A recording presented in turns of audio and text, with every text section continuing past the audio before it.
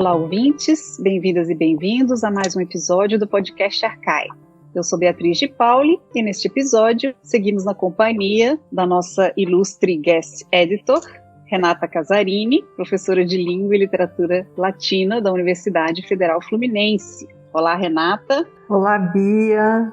Olá a todos que compõem aqui a produção do podcast Arcai. Mais uma vez agradeço a oportunidade. Queria só comentar que com a entrevista de hoje, eu encerro a minha participação como editora convidada aqui do podcast, que eu só tenho a agradecer a satisfação, de poder ter entrevistado essas convidadas que eu julgo maravilhosas, mulheres atuando nas letras clássicas e na história antiga, latinistas, helenistas, que fazem muito pelos estudos clássicos no Brasil. Mais uma vez, desculpem se me repito, eu ofereço esse programa à memória da saudosa Zélia de Almeida Cardoso, professora aposentada da USP, dileta amiga que nos deixou em julho deste ano. Renata, nós aqui agradecemos a você, a sua contribuição e queremos que você volte. Na produção deste episódio estão Fernanda Pio, Flávia Amaral, Lorena Ferreira e Gabriele Corneli. A personagem do episódio de hoje é Medeia. E para falar sobre essa personagem incrível, nossa convidada também incrível é Maria Regina Cândido, professora de História Antiga da Universidade do Estado do Rio de Janeiro, a UERJ. Muito bem-vinda, Maria Regina. Bom, boa tarde a todos, É um prazer imenso, rever Renata, a Gabriele e conhecer, a Beatriz também, revendo, que já encontrei em outros episódios, e conhecendo a Flávia, a Fernanda e a Lorena. Isso, foi um prazer imenso, Fiquei muito gratificada pelo convite. Regina, então vamos começar conversando um pouquinho sobre você, sobre a sua trajetória acadêmica.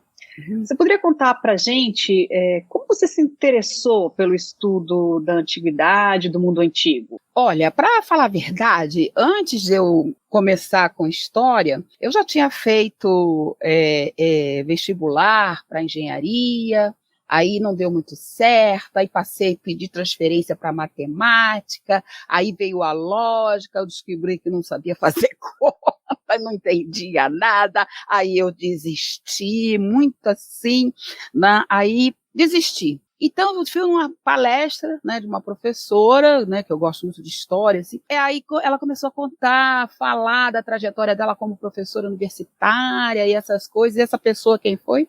Professora Neide Temer. E aí eu me interessei por história. Mas eu fui para trabalhar com a questão, aí é a questão pessoal mesmo, para saber sobre a questão dos negros no Brasil, a questão da escravidão, a questão de buscar minha identidade. No primeiro dia de aula, conheci o professor Manuel, e a professora Neide falando sobre história antiga e eu me deixando envolver. Olha, eu só sei que quando eu dei por mim, eu estava fazendo o mestrado, estava na Escola Francesa de Atenas, aí que caiu a ficha. Foi assim, entrei para trabalhar com a escravidão e acabei trabalhando com teatro, de Eurípides, por quem eu me apaixonei perdidamente, e acabei na Escola Francesa de Atenas. Foi assim que começou toda a minha trajetória, nem eu imaginava que seria isso. E eu estou muito feliz mesmo com a escolha. Eu acho que você vai ter muita coisa para nos contar, Mas já que você tocou num assunto que é desse resgate da história da negritude no Brasil, da participação também na academia, talvez você possa fazer um comentário sobre os desafios que você eventualmente possa ter encontrado na sua carreira e como é que você vê esse cenário, das cotas e do acesso, que me parece, diante das cotas mais democrático hoje, a uma pletória de alunos, tanto do ponto de vista, talvez, racial, mas também de gênero e também de status, socioeconômico. Pois quando eu comecei, realmente tive lá minhas dificuldades, sim, porque porque alguns professores na universidade ali da UFRJ, eles diziam que quando eu comecei mesmo a trabalhar com a cultura grega, né, trabalhar com a professora Neide Temel, mas eu ainda era aluna de graduação, né, mas tinha uma bolsa de iniciação científica com ela e tudo, e eles diziam que eu estava no caminho errado, porque eu deveria trabalhar com a questão do negro, com a questão dos africanos, entendeu? Que não fazia muito sentido eu trabalhar com uma cultura caucasiana, tendo em vista que eu era negra. Que eu sou negra, não é? E aí muitas vezes eu relatava essas questões para a Neide, para a professora Neide Teve. A Neide é uma pessoa assim muito humana, ela me ajudou muito nessa questão da autoestima, de mostrar como que eu deveria responder essas questões, que eu não deveria me abater e que eu deveria me preparar, porque os desafios seriam, eu só estava começando nos meus primeiros desafios, que eles seriam grandes, e foram os mesmos, né? Tanto que quando eu fui fazer prova do mestrado na UFRJ, eu fui quase reprovada porque queria trabalhar com a cultura, sobre os gregos, não é? E na banca, uma dessas professora que estava na banca, ela dizia que não iria me aprovar por essa questão. E aí é que eu devo ao professor, um professor que saiu em minha defesa dizendo, não, ela tem o direito de escolher, ela tem capacidade, entendeu? Você não pode evitar que ela siga adiante só pelo fato de você achar que por ela ser negra, ela não pode estudar os gregos e os romanos antigos. Então, mas acontece, gente, né? E aí, a partir daí que a gente vai conhecendo, quer dizer, você vai conhecendo a realidade da vida, e sabe que você tem que se empoderar para poder seguir adiante. Então, foi quando a Neide me disse, você tem que ter domínio de inglês, você tem que ter domínio de francês e você tem que conhecer o grego. Foi aí que eu comecei a minha trajetória, porque eu sabia que isso ia ser cobrado, né, na minha vida, e fui embora, entendeu? Você precisa. E é isso que eu passo para os meus alunos hoje. Eles têm capacidade de seguir. Agora, não pode ficar no achismo. Tem que ter um suporte, um conhecimento, para quando você estiver diante de um desafio, você responder à altura. Não é eu acho. Não, eu tenho condições, eu conheço, eu sei do que eu estou falando. Não é? Mas faz parte, os desafios, assim, para quem é negro no Brasil e no mundo, né? No mundo, qual era o meu problema? É chegar num hotel para hospedar e a pessoa olhar, porque o hotel é um pouco chique, entendeu? Eu sou conhecida no exterior como nigeriana. Ela deve ser filha daqueles traficantes nigerianos. Exato, né? Que ameaça exótica, é negro, quer dizer, isso faz parte, você não pode fazer disso, entendeu? Assim, uma vitimização. Acontece. Se eu fosse chinesa, se eu fosse, sei lá, indígena, ia acontecer do mesmo jeito, de uma forma ou de outra. Então, você tem que entender, saber conhecer o espaço que você está trabalhando, que você está pisando, e enfrentar o desafio, não pode vitimizar, entendeu? Eu acho essencial esse depoimento que você está dando agora para nós aqui no podcast Arcai. Devo dizer que na Universidade Federal Fluminense, onde eu dou aula de latim, literatura latina, estamos formando classicistas negros, negras, e isso para nós é fundamental, né? Eu queria aproveitar, talvez para descontrair um pouco assim, a tensão inicial, né, do programa, comentar, ou melhor, pedir para você comentar uma coisa que, para mim, é fantástica, porque eu já li tantos livros deste grande acadêmico e só agora descobri que você já esteve com ele pessoalmente. Então, enquanto muitos de nós só têm contato com Jean-Pierre Vernant via livros, você já esteve com ele. Conta para nós como foi que isso aconteceu. Pois foi muito interessante isso. Isso aí eu acho que foi logo nos primeiros períodos que eu entrei na universidade, não é? Eu ia de carro para a universidade, porque eu tinha que trabalhar depois, né?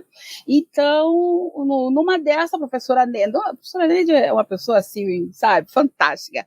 Ela levanta a mão e pergunta, alguém sabe dirigir? Primeiro, eu não, achei, fazia parte talvez do tema da aula, aí eu levantei a mão. E você tem a carteira de motorista aí com você? Sim. Então tá aqui a chave do meu carro para você ir ali no aeroporto Santos Dumont buscar o Jean-Pierre Vernant. Eu paralisada fiquei. Mas ela tinha um monitor, né, o Kleber, né? E o monitor Kleber vai com você. Gente, eu não sei o que eu pensei na hora, sabe? Eu não sei onde é que foi a minha cabeça. Eu sei. E o carro da Neide, eu tinha um Fusca, gente, um simples Fusca. E a Neide com aquele carrão dela. E eu pensei, meu Deus, se eu bater nesse carro, eu vou passar o resto da minha vida pagando. Jesus amado. Aí fui dura no volante, até ali o aeroporto, sabe? Santos Dumont. Mas, menina, eu fiquei uma semana com dor nos músculos no corpo. Aí eu fui buscá-lo, ele é muito gentil, né? Embora não falasse português e eu não entendia muito de francês, mas o intermediário foi o Kleber, né? Aí, quer dizer, ele ia falando, ele achou estranho também, né? Uma motorista, né? Queria saber se eu trabalhava com aquilo, não. Aí eu tive que explicar, ele não foi uma eventualidade. Estou ajudando aqui a professora Neide, porque ela não pode sair, porque ela estava coordenando o evento, não tinha como ela se deslocar, e eu acho que a Norma também, não sei o que tinha acontecido. Então, menina, sobrou para mim. Aí eu fui ao aeroporto, ele é muito gentil, uma pessoa simpática, sabe? Aí veio conversando, mas qual o intermédio do monitor dela, que era o Kleber, né? E aí foi assim que eu me tornei motorista do professor Jean-Pierre Vernant, uma simpatia, sabe, de pessoa. Mas aí o trajeto dali até o aeroporto é pequeno, né? Então, consegui chegar sem bater, sem arranhar. Ai, meu Deus, a minha preocupação era com o carro do que com o professor Jean-Pierre. Foi assim, então. Genial, Regina. É uma história mágica, eu diria, né? Foi, sim. E falando em magia, sim. Um dos seus campos de interesse de atuação é a magia, né? E os rituais. Esse âmbito de pesquisa parece que é um dos mais transdisciplinares que nós temos. Sim, né? Com certeza. Parte da arqueologia, passando pela antropologia, a filosofia, aos estudos da religião, além da filologia, Com certeza. no caso das lâminas, né? Isso. É assim mesmo? Como é que você trafega por essas disciplinas? A questão da magia começou com Medeia, né? Quando li ali que ela tinha assassinado os filhos. E aquilo me incomodava, sabe?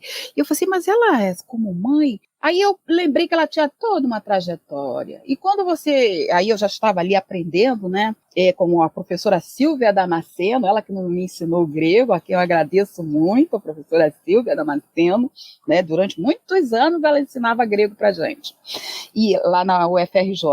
E aí tive que cotejar com a documentação, e essa documentação ela deixa transparecer a questão do ritual. No momento em que Medeia diga que você não pode participar, tem que se retirar para ela continuar com seus trabalhos, o seu ritual. Então você lembra, poxa, na sociedade grega, qualquer família, quando ia fazer qualquer ritual, por mais simples que fosse, você não pertencendo à família, você tem que se retirar. Então ela não matou os filhos, ela estava fazendo um ritual, porque ela vai pedir para que você saia, né?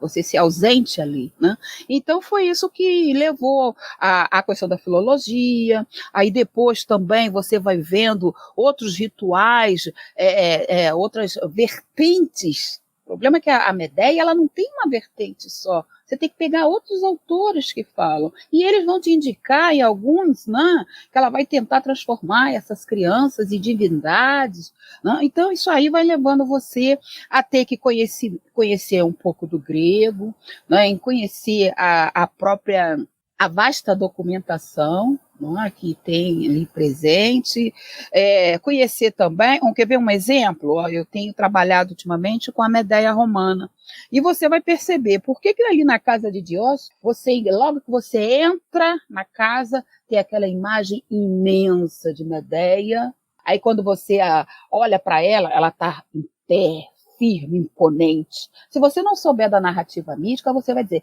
é uma matrona romana protegendo seus filhos. Você está entendendo?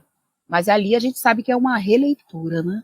Então, quer dizer, para você trabalhar com a questão da magia, e daí foi o fio da meada que eu vim descobrir os catábes, não é? Os catádesmos foi isso, foi nessa vertente, porque eu queria saber por que Eurípides está falando de magia, de prática, trazendo Medeia nesse período, né?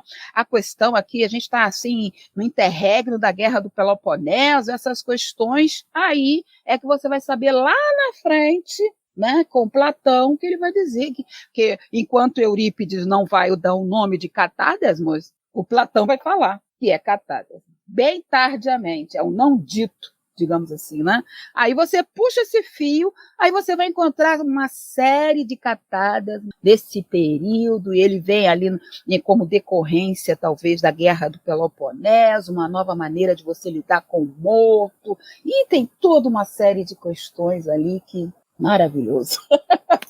Quer dizer, essa área, digamos assim, né, de pesquisa, partindo da história antiga, você vai ter que passar, né, por filosofia antiga, por essas referências também de práticas sociais, né, a magia como uma prática social, né, então entra também nesse campo da antropologia. Me parece que realmente é um segmento riquíssimo, né?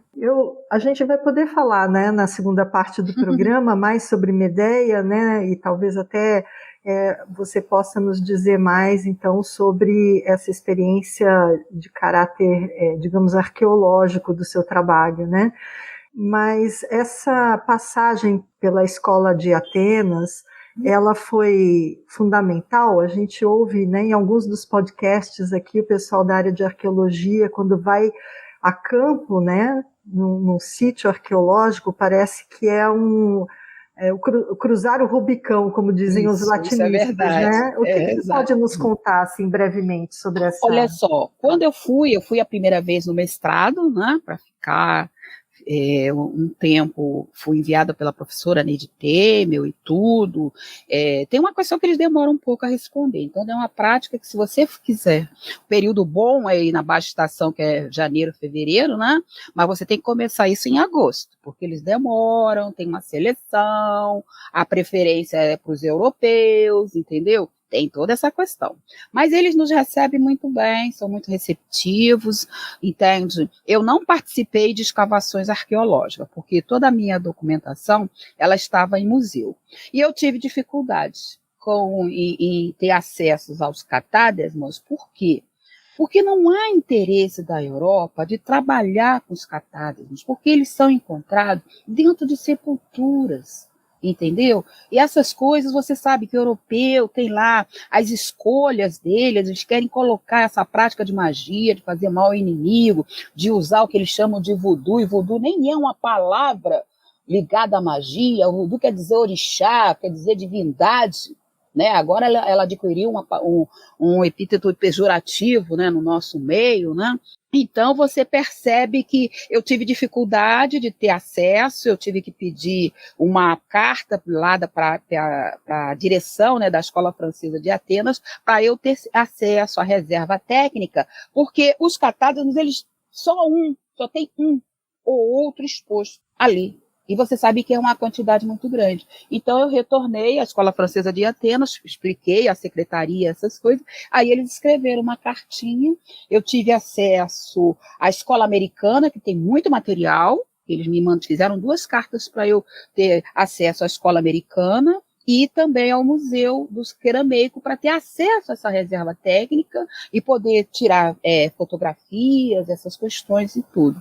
Porque acho que é um preconceito, né, dessa questão religiosa, a magia, né, a Europa não está muito ligada, assim, nessas outras coisas, né, a questão do New Wave, né, a nova maneira de você tratar essa questão religiosa, onde a magia, ela não está desse tipo, né, que eles consideram, não está muito direcionada, e eles colocam como se fossem para a África, mas a gente sabe que no V século nós tivemos acesso a essa questão, né. Então, a Escola Francesa de Atenas, ela é um primeiro passo, assim, muito bom, né, porque ela te dá acesso, você precisando, eles te acolhem, né, e além do mais é mais barato do que ficar em hotel, né, é bem mais em conta, e é agradável, porque eles fizeram uma reforma bonita, né, tá muito bom. Mas eu não tive, agora tem, né, a questão do Gilberto, o Gilberto ele até, a última vez que ele esteve, ele ficou um bom tempo lá na Escola Francesa de Atenas, ele até pensou que eu fosse, mas aí eu não, por questões de saúde, eu não pude ir. E ele tem acesso à questão das escavações, sim, mas eu nunca fui, nunca participei. A minha andança pelos catáderos, porque eles já estão todos eles recolhidos, né? Agora estão na reserva técnica. E a questão é que a gente precisa ter, no meu caso, eu precisava ter acesso. E a partir dessas referências que eu fui tendo acesso a vários outros professores que também trabalham com os catádesmos no mundo inteiro, e aí é se jogar, né? Fui escrevendo, né? O Gager, por exemplo, ele se aposentou e mandou todo o material dele para gente. Você está entendendo? Foi, Gager. Eu tenho muitos catádesmos aqui que eu estou ainda em falta, porque a vida da gente você planeja uma coisa, às vezes ela faz uma curva, né? Eu tenho só 100 catádesmos traduzidos, mas eu tenho aqui uma quantidade boa, não é? Eu tenho que fazer um grupo de estudo para poder fazer a tradução dos demais para publicar e ajudar os alunos, que é importante. Né? Então, mas é muito interessante mesmo a questão de como que às vezes você tem uma pesquisa, se você não tiver um joguinho de cintura, você fica um pouco impedido de conhecer, digamos assim, o suporte material. No caso, né, os catádesmos, que existe uma certa resistência dos museus europeus de disponibilizá-los para você, porque não há interesse deles de mostrar que a Grécia, berço da civilização ocidental, que eu hoje tenho dúvidas, ela teria a prática da magia de ir aos cemitérios, cavar uma sepultura e colocar o nome do inimigo ali dentro. Regina, voltando agora da Europa para o Brasil, para a nossa realidade, sim. Você poderia nos comentar um pouquinho a respeito da situação da UERJ, né, que tem sofrido aí uma ingerência política e tem ficado tão vulnerável, né? Exato. Pois é, menina, mas olha só, eu vou te dizer uma coisa. Eu já estou na UERJ há 22 anos. E desde que eu estou ali na UERJ, de vez em quando, nós sofremos essa questão de que vão privatizar a UERJ. Você está entendendo? Só que agora ela veio mais forte. Né? Veio com um ataque já organizado. Mas a gente tem que parar para pensar. Por que desse ataque na UERJ? Nós temos que olhar o contexto social de produção. As universidades privadas, elas estão...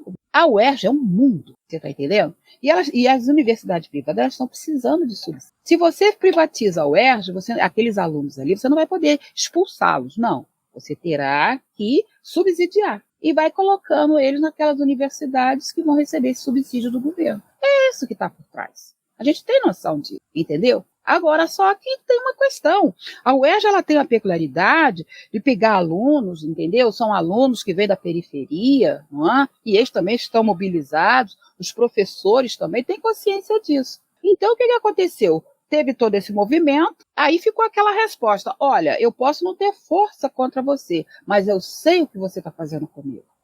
Isso aí já desarma o outro, entendeu? Você viu que diminuiu, parou, porque isso aí foi falado, a gente sabe, são necessidades econômicas, a gente sabe que esses 2 anos, né, de pandemia, isso afetou terrivelmente as universidades privadas, né, o ensino privado, e agora, então, teve esse movimento, nós estamos cientes disso, fizemos reuniões com a reitoria e tudo, e estávamos prontos, né, para resolver essa questão, porque não pode você, assim, da noite para o dia, resolver privatizar o UERJ. Mas essa questão já é muito antiga, não é nova, entendeu? Não é a primeira vez que nós sofremos um ataque dessa natureza. Aquilo que eu falei para vocês, talvez nós não tenhamos força, não é? Política, nem fosse política, fosse econômica, mas a gente sabe o que está fazendo e a gente diz, olha, você está fazendo isso por causa disso. Isso aí já desarma 50% do ataque, entendeu? Portanto, que você vê que deu uma acalmada, né? É isso. É isso, Regina. E as universidades, as demais, estão todas ao lado da Web. Recebemos apoiando. muito apoio de todas, porque é necessário ter um ensino público no Brasil. Nós precisamos disso, entendeu? Muitos grandes nomes, grandes cientistas saíram das universidades públicas, você está entendendo? E nós trabalhamos muito, né? A gente sabe disso. Nós trabalhamos e muito. Sim. Regina, então vamos encerrar essa primeira parte, esse bloco, e daqui a pouco continuamos com a nossa conversa sobre a Medeia. Você ouve podcast Arcai, da Cátedra Unesco Arcai, sobre as origens plurais do pensamento ocidental da Universidade de Brasília. Assine nosso conteúdo no lugar em que costuma ouvir seus podcasts. Fique por dentro de tudo que rola na cátedra em arcai.unb.br e nas redes sociais @arcaiunb. E atenção, Arcai é com CH.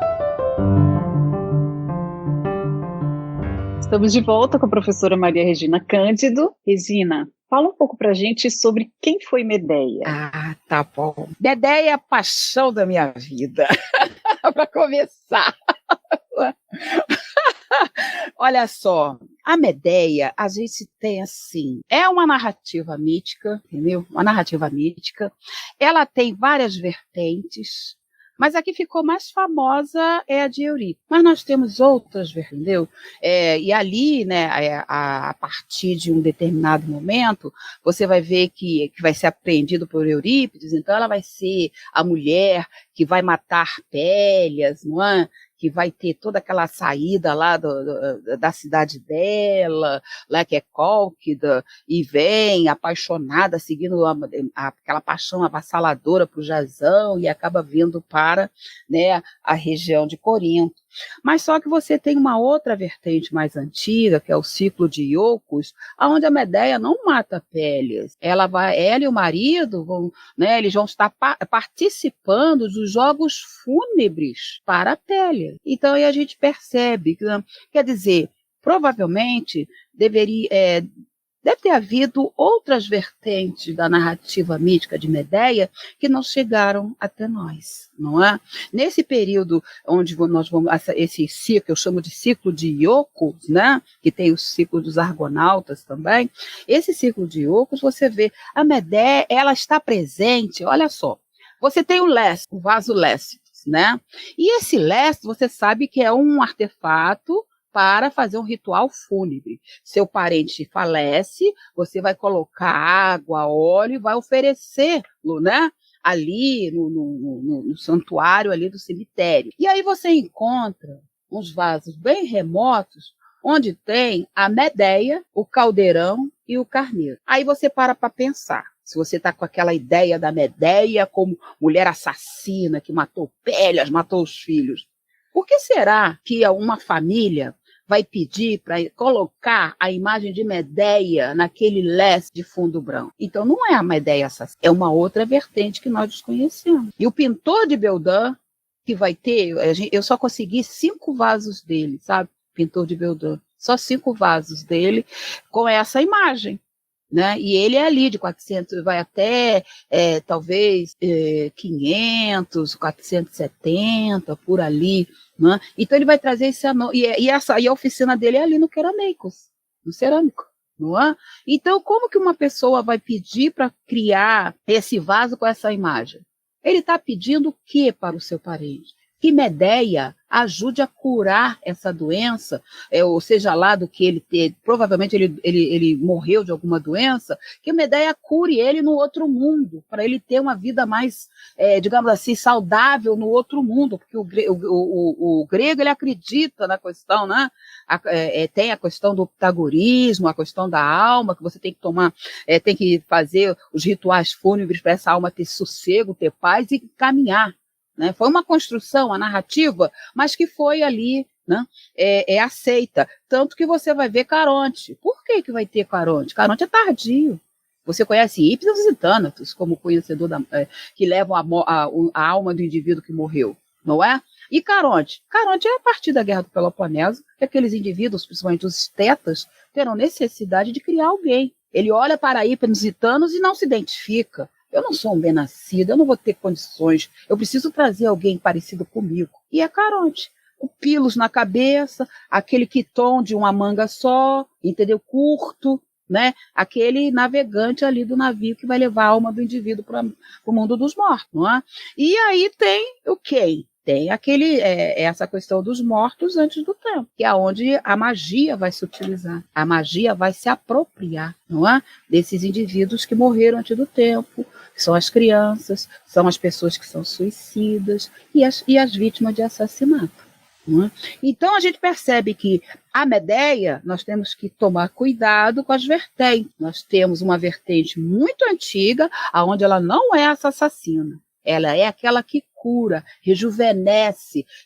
Só que a gente só tem fragmentos, não é? E depois tem Eurípides, que vai, talvez Néfron também, aí tem aquela dúvida, né, dessa questão, que vai trazer a Medéia, em vez de ter os 7 filhos, 7 rapazes, 7 moças ou 7 filhos, ela vai ter só 2 meninos, que é a urbanização, a atualização do mito, com Eurípides, não é? E no final ela acaba transformando seus filhos em divindades. E aí a gente só vai saber se é esse ritual se você entrar em contato com a tradução original, porque no senso comum ela mata os filhos porque ficou enciumada, porque Jasão a trocou por uma esposa mais jovem do que ela. Ciúme puro, né?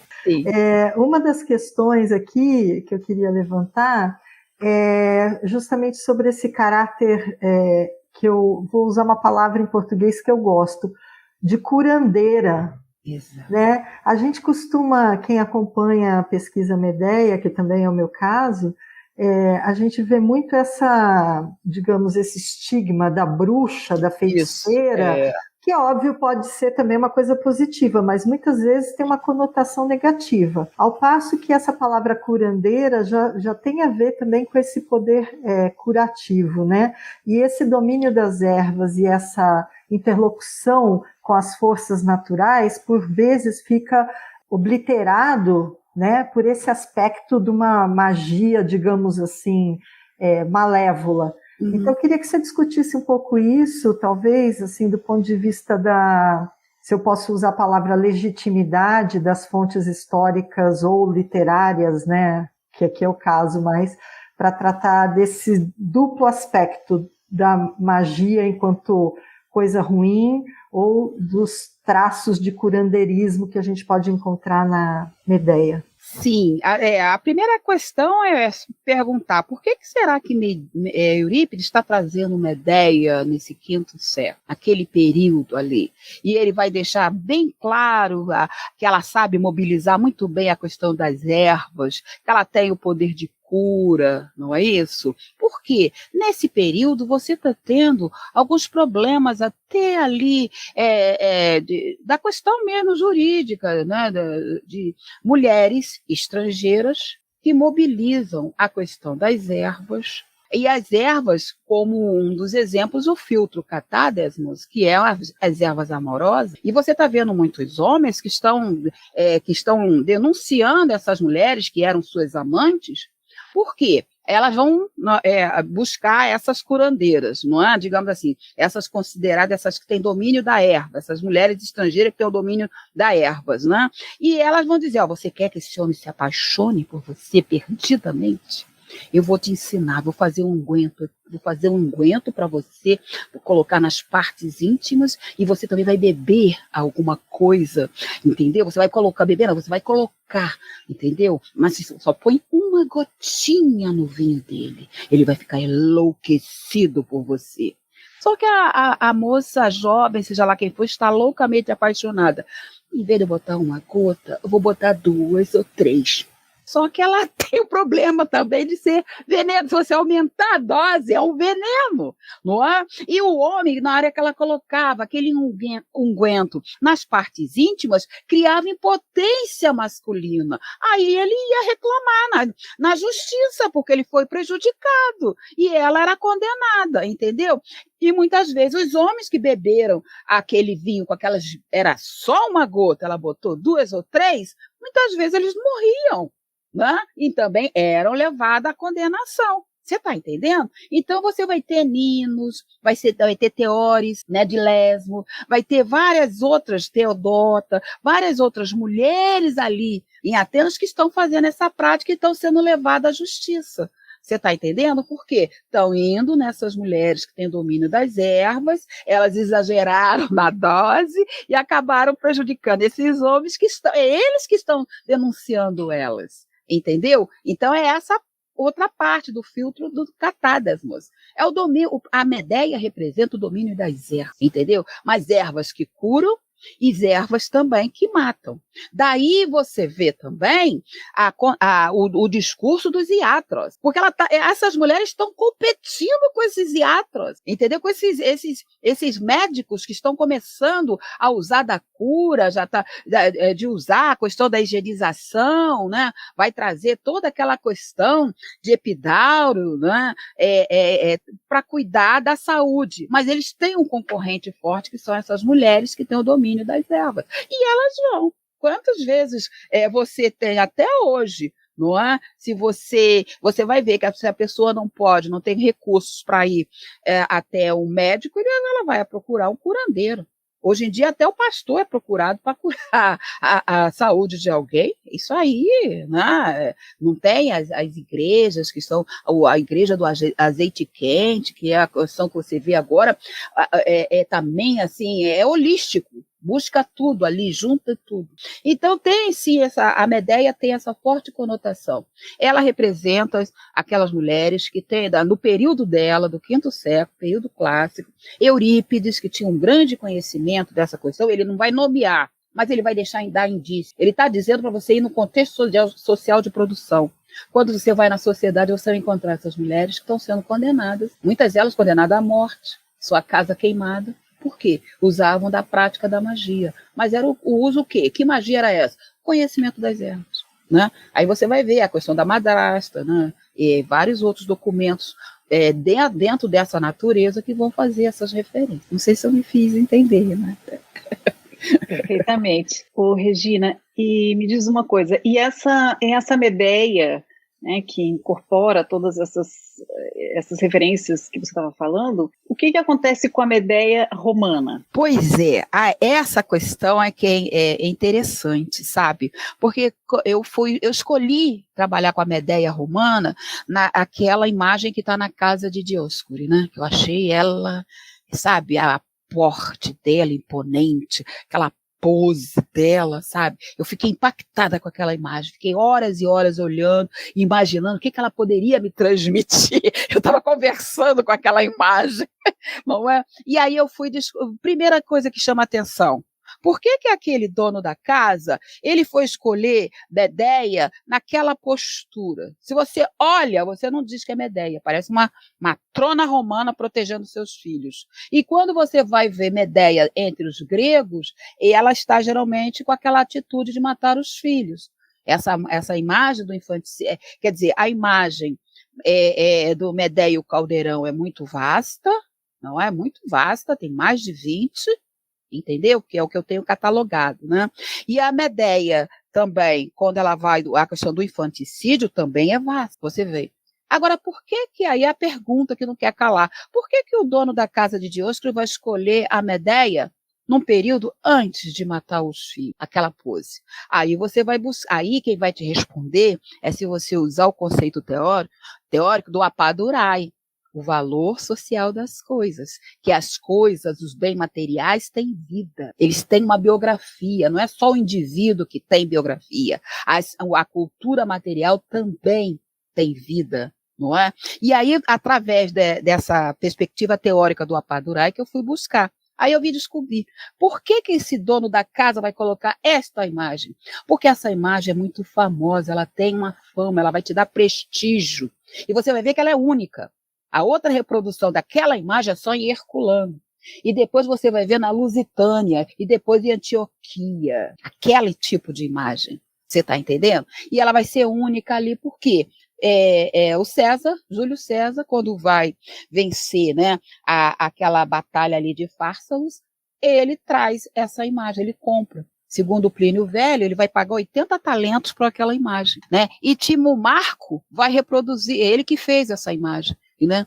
E só que tem uma questão que nós quase não trabalhamos, que são os epigramas. Que eram os epigramas? Eram pequenos versos que você via de imagens, entendeu?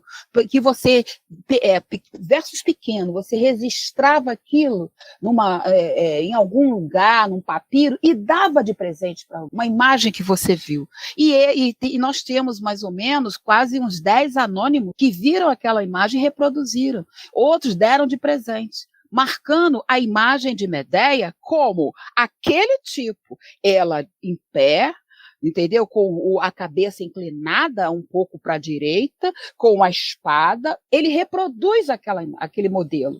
Então, eternizou aquele modelo. Né? Tanto que você vai ver lá em Pompeia, só essa casa que tem que lhe dava prestígio, conhecimento, cultura.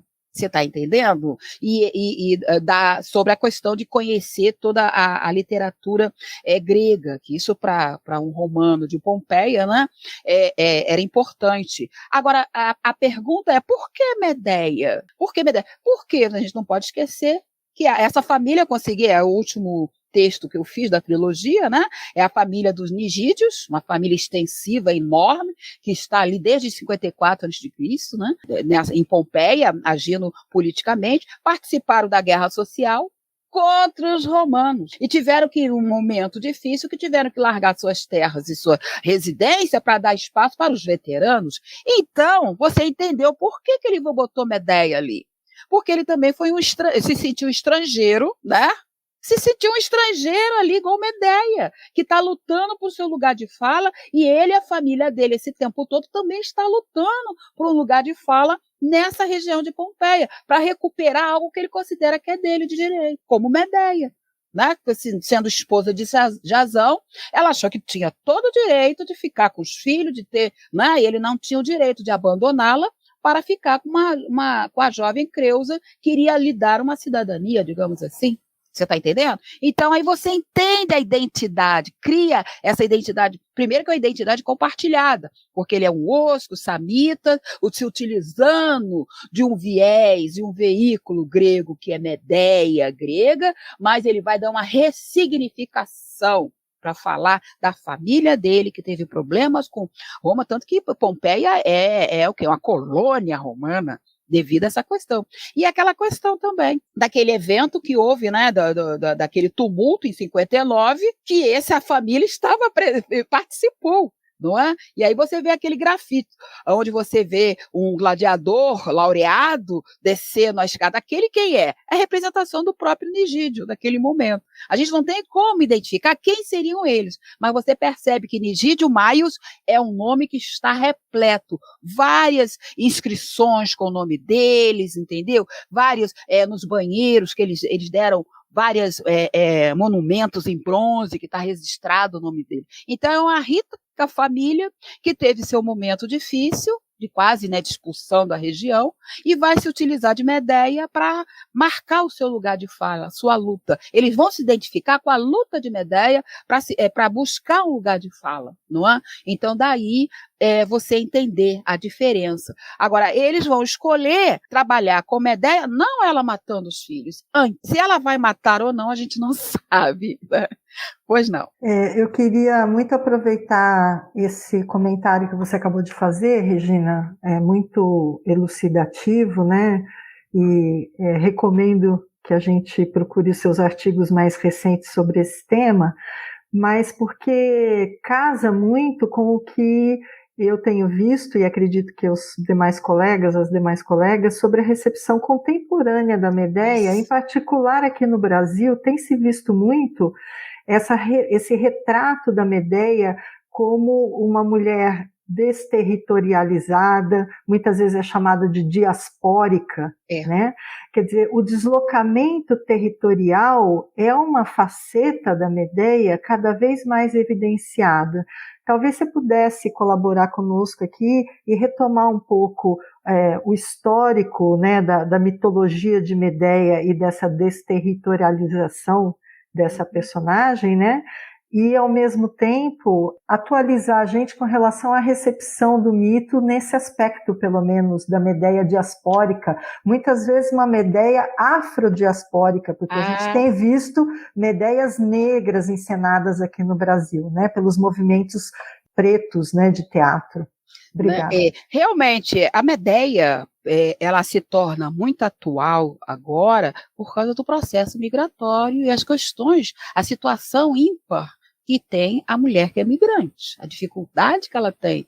Geralmente ela está sozinha, ela está sem o marido, e se você fizer uma pesquisa no Google, você vai ver várias imagens de mulheres sozinhas com os filhos, que os maridos morreram ou abandonaram, e elas estão sozinhas. Agora, então, e essa trajetória de usar a Medeia com essa questão do deslocamento, ela vem quando ela decide, né, o início dessa narrativa mítica, onde que ela se apaixona ali por Jazão e resolve segui-lo. Não é? A questão principal é o seguinte: ela poderia seguir com Jazão? Sim, mas dentro da tradição grega, como uma mulher casada, teria que fazer todo o rito. Porque casamento grego não existe, mas existe aquela questão de você, do pai da noiva entrar em ritual, né, em contato com o noivo, e a questão do dote para ratificar essa relação. E aí a gente vai chamar, não tem outro nome, relação de casamento entre eles, não é?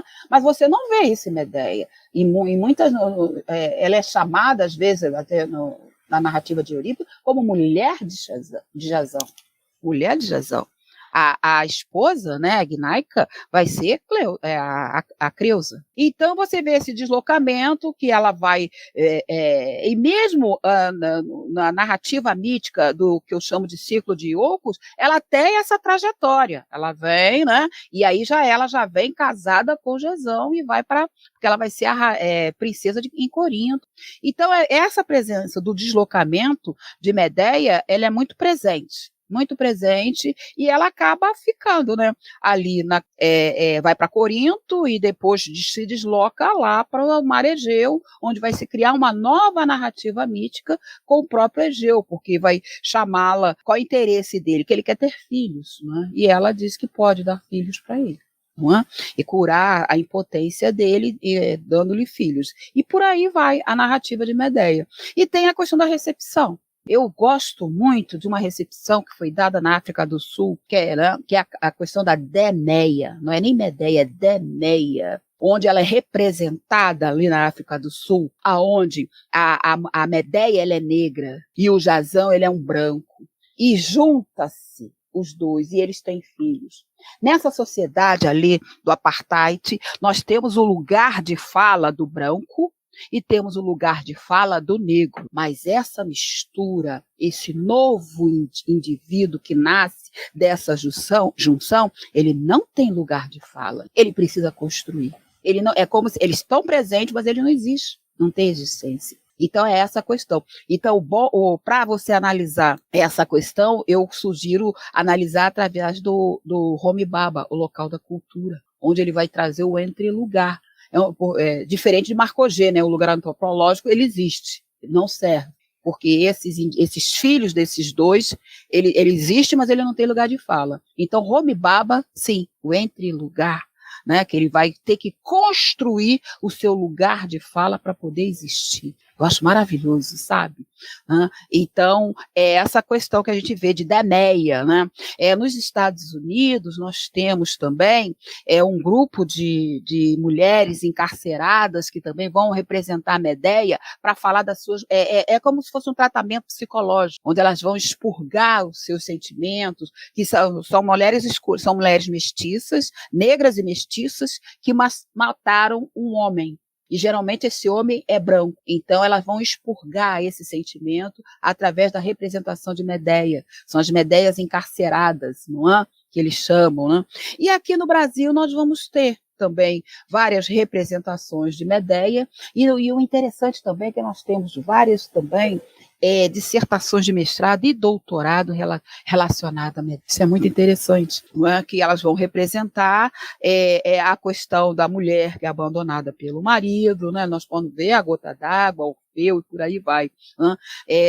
Sempre a questão, entra em questão da Medéia brasileira, a questão de você colocar a mulher subordinada à figura masculina, que é a luta que nós temos até hoje. Nós estamos tentando até hoje, tentando sair dessa subordinação, porque insiste.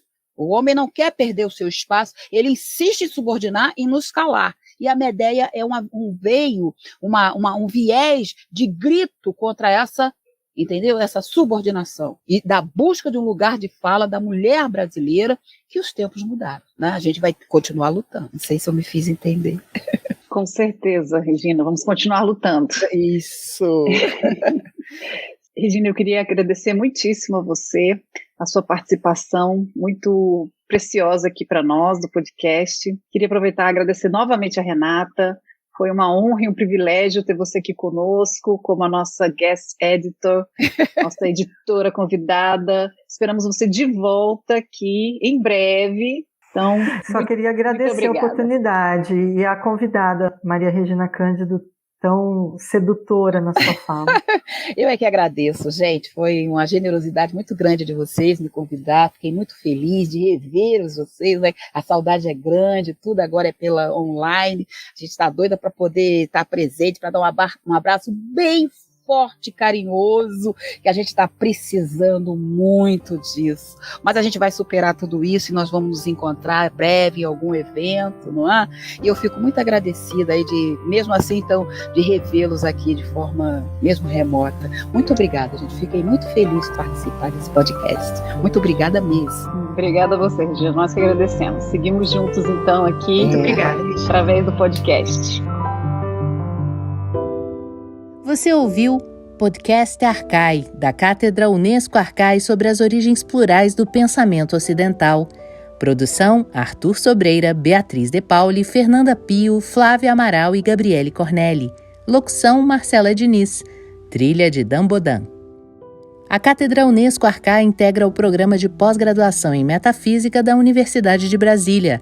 Acompanhe nossas atividades em arcai.unb.br e nos siga nas redes sociais. Até a próxima!